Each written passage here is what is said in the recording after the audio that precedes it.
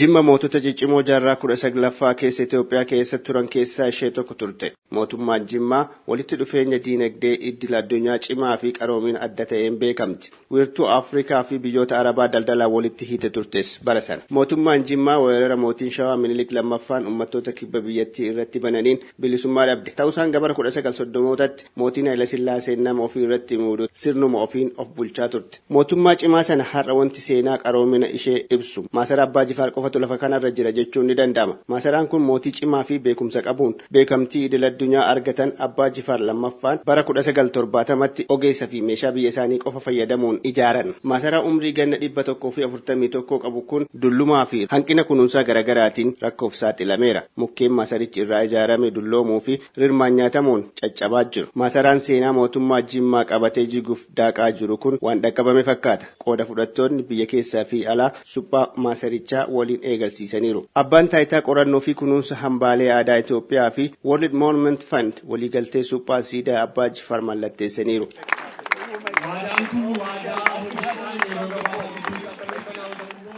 Daayirektar Abbaa Taayitichaa obbo Ifaa Gadaa yookaan Yoonas Dastaa maasaraa hambaa qaroomina uummanni biyya kanaa ittiin boonan ta'e kana haaromsuuf qorannoon barbaachisu xumuramee jedhan. ላለፉት በተለይ 7 ወራት የቅድመ ዝግጅት ስራዎች ሲሰሩ ቆይተዋል። Ji'oottan torban darban kana hojiin qophii hojjetameera. Qooda fudhattoonni naannoo fi federaalaas akka hojiin kun milkaa'uu danda'u irratti qorannoo garaagaraa hojjechaa turan. Yuunivarsiitii Finfinnee waliin ta'uun rakkoo maasaraa kanaa addaan baafneerra. Akkaataan itti furamus qoratameera. Hojii ijaarsa kana bakka duraan turetti deebisuu waan ta'eef of eeggannoo cimaa barbaada.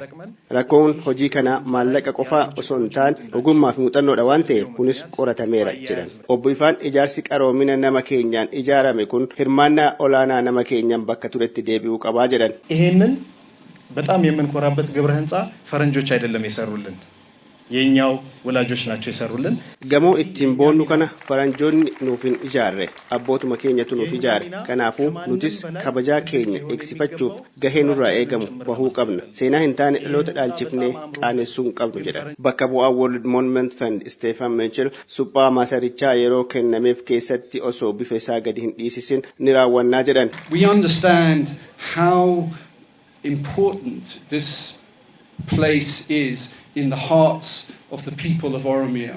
Bakka maasaraan kun onnee uummata Oromoo keessatti qabu ni hubanna. Maasaraa hawwataa kana bakka turetti deebisuuf waan dandeenyu hunda akka raawwannu uummata Oromoof waadaa galla. Hanga danda'ametti bifaa fi qabiyyee isaa kan jalqabaa eeguuf ni yaala jedhan. Embaasiin Ameerikaas sagantaa kunuunsa hambaalee aadaa ambaasaadarota Ameerikaatiin hojii suphaa kana ni deeggara. Ambaasaadarri Ameerikaa Mike Rainer deeggarsi hojii kanaaf kenninu seenaa walitti dhufeenya biyyoota lamaanii kan ceesisuu jedhan. This new project at Abbaa Jifaar Palace is not only significant in its own right. Piroojeektiin suphaa maasaraa Abbaa Jifaar kun mataa isaattuu murteessaadha. Ta'us hariiroo Itoophiyaa fi United States gama kunuunsa hambaaleetiin qaban kan guddachaa dhufeef mallattoodha. Kanaan wal qabatee kunuunsa hunda galeessa garaagaraa maasaraa kanaaf gochuu barbaanna jedhan.